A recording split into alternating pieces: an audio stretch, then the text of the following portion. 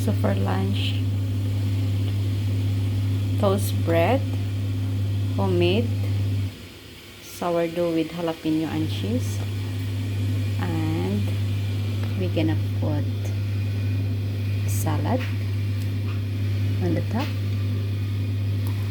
to make it pretty, cucumber,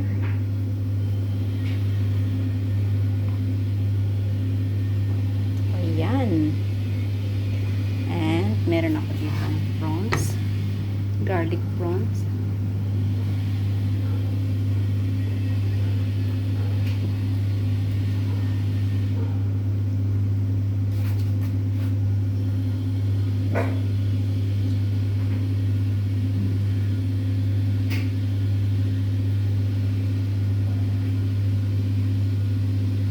this is our delicious lunch. Tapos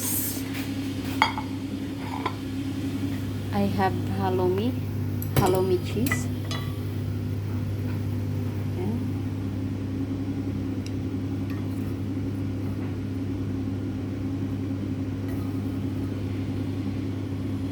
Perfect talaga yung pagka-grill niya. And so look at that. So ating lunch.